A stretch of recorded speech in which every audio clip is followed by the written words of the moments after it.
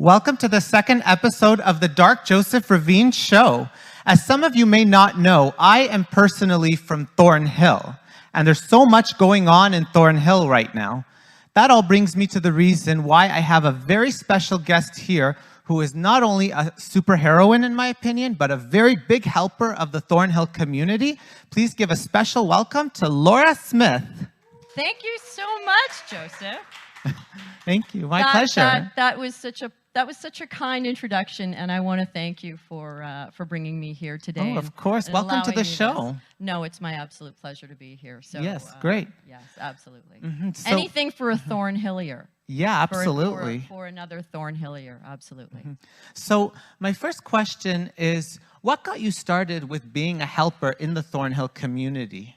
That is a massive question, and I think, like a lot of people in Thornhill, we're very involved in everything. I've always talked about Thornhill as a community that makes something from nothing. We see an opportunity, we see an experience that should happen, we see a place where we can help, and we literally create something from nothing. And there's so many organizations like that, and you probably know so many of them as well. We have incredible not-for-profits that do literally God's work, like Rena and Danny and Kayla's.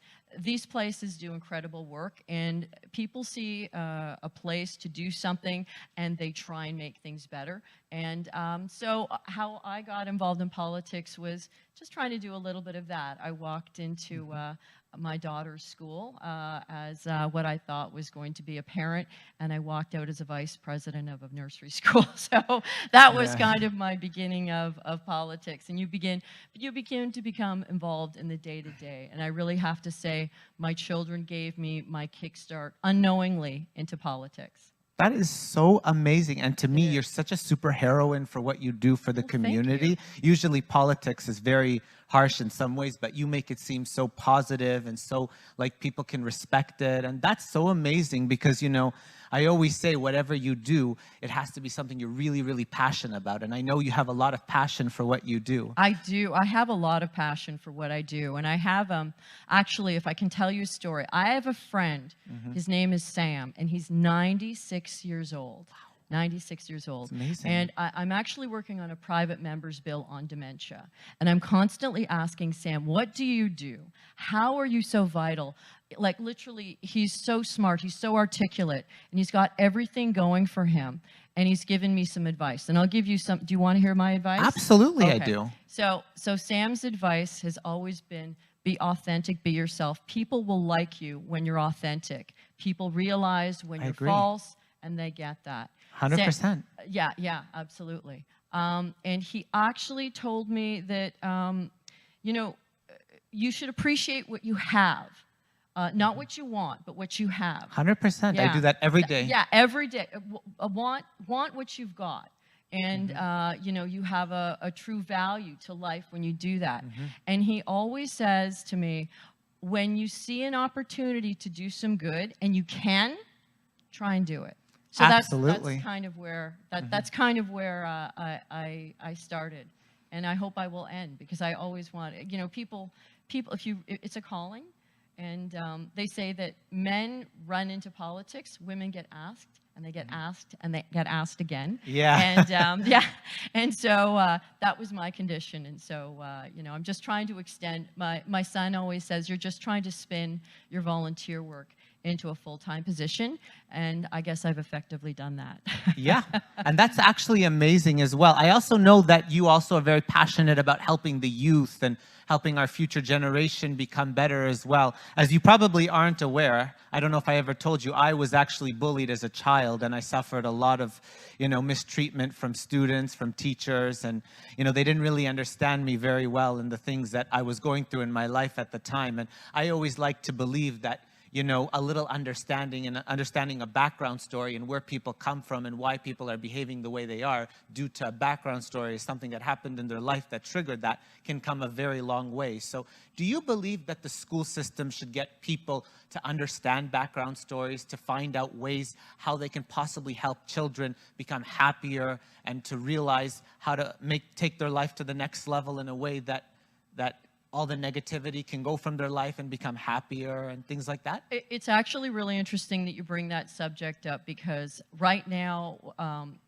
there's something called Bill 98 where it makes the school boards a little more accountable. It also provides for another thing that's been brought in recently is care for children. Children have access, when they're in schools, they have access to certain assistance, and they're extending that, even mental health assistance throughout the year, which is so important, because I think, getting back to my original story, which was literally walking into a nursery school with my daughter, I became involved because I wanted to give her the best opportunity. And I felt, as a parent, nobody knows your child better than a parent. 100%. I have a PhD in both of my children, and Great. so when you can advocate for your child, I do. When you have the ability to really see what your child needs and advocate for them, you're stronger because of it. You're a stronger family, and you're hopefully creating a stronger future community member, which I hope I've done with my own children. I'm hoping. I'm not done yet, but we'll get there. I can definitely say I believe that you have done it because of how kind you are and how open you are to thinking about people. And, sometimes people hold the stereotype that people that are famous are full of themselves and egotistical. But, my publicist that you met earlier, she actually told me many celebrities are the nicest people in the world. And they have to be, because anything wrong or bad they do could be held against them. And it's unfortunate people hold this stereotype that people that are successful are full of themselves. It's not necessarily true. It may be true to some extent, a couple people, but most of them have to be nice because the behavior belongs to the public eye, not to them. So I believe that many celebrities and many people in the public eye are one of the nicest people. You know what? Getting back to my friend Sam, he talked about being authentic, and you are 100% correct, because when you're authentic, people see that, they identify that. I think people are smarter, and actually I specifically think that the youth are very smart. It's really interesting because they're very honest, and my daughter has a very strong point of view when it comes to very young children. They always tell the truth. So I respect that, and I always give the youth, specifically the very young children, the opportunity to say their piece, because they speak the truth. Absolutely, and that's exactly why I've always been so passionate about helping them as well, because I tell people I had a very bad past growing up, and I wouldn't want anybody to go through the things that I've been through, specifically the youth, because the reality is that one traumatic event can ruin someone for a lifetime. And so I always say, please be careful and be cautious, and try to think about even educators, a message to all the educators too. Please be careful how you treat them, respect them, make them happy, try to be understanding. Don't demand respect from someone just because they're younger than you. Understand everything takes time, everything's a development, everything's a build. Nothing's an overnight process. And also, most importantly, if you're going into education or teaching or administration, make sure it's your passion and it's something you really, really love. The sad reality is many people in the Thornhill community get jobs out of pity or get jobs they're not competent doing.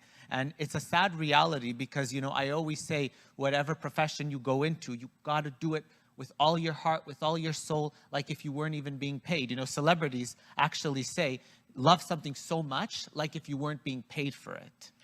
That is, and you truly have to love what you're doing. But you know what? Getting back to your point about people in Thornhill, I disagree. I think we are so hardworking in Thornhill. I tour businesses and restaurants and all kinds of startup companies on a regular basis. And they all work so hard. And they not only work so hard for today, but they're working hard for the next community of people that are coming. And they're constantly asking me what they can do so that they can expand. So, you know what? We have nothing but a booming group of industries in Thornhill, biotechnical. We all know that Thornhill is the food capital of Canada, in my opinion. That's wonderful. Would you agree with that? Yeah, for sure. And you know what? You just filled me with the ray of hope that there is people who really are into positive changes and people that, who are into this, maybe because I've grown up with so much negativity all my life. That's why I thought that people aren't receiving jobs for the right reasons. But now I see how much you really fill people with this ray of hope. There is good people. Don't think the worst. Believe me, there's good people. And that's what I love about what you do. And I'm You're so very thankful kind. for You're coming so here. kind. You know what? And you know what? Just to reiterate for anyone watching, I'm a director with a sports club, and it's always been our motto: when you see something, say something. Yes. Because you know what? That is so important. So many kids don't. We talked about the truth of children, and I think that it's important that they always have a voice. Exactly, because that's the whole point about helping the youth. Everybody wants to be understood.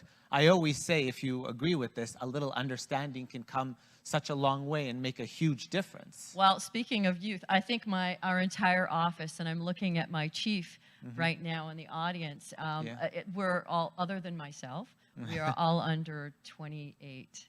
Yes? Yeah. So the youth keeps us ticking. They also have the stamina to keep moving, which is really important for a person. My ankle just cracked. It's so okay, don't worry. no, but I'm talking about my age.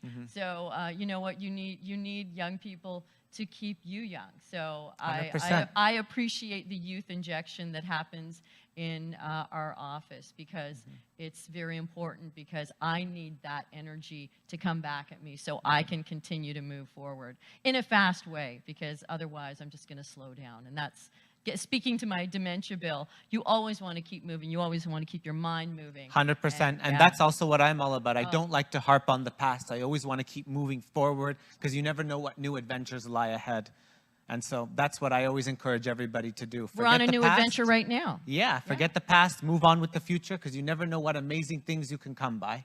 I think that's a very positive thing. But, and my friend Sam would also agree with you. You're in the present, always live for the present. Yes. But my father always said, be mindful of what happened before you, because that's a learning experience. Absolutely. Everything you acquire, even the mistakes, are always going to benefit you and help you with the next move you make, because making mistakes are actually a good thing. They teach you for the future, and they teach you to move forward in a positive way. Well, what can I say, Laura? You are amazing. I'm so thankful for you to be on my show, and I hope that only the future lies good things for you. Folks, thank you so much for joining us. We hope to see you on the next episode of the Dark Joseph Ravine Show. Until then, stay tuned. Bye for now.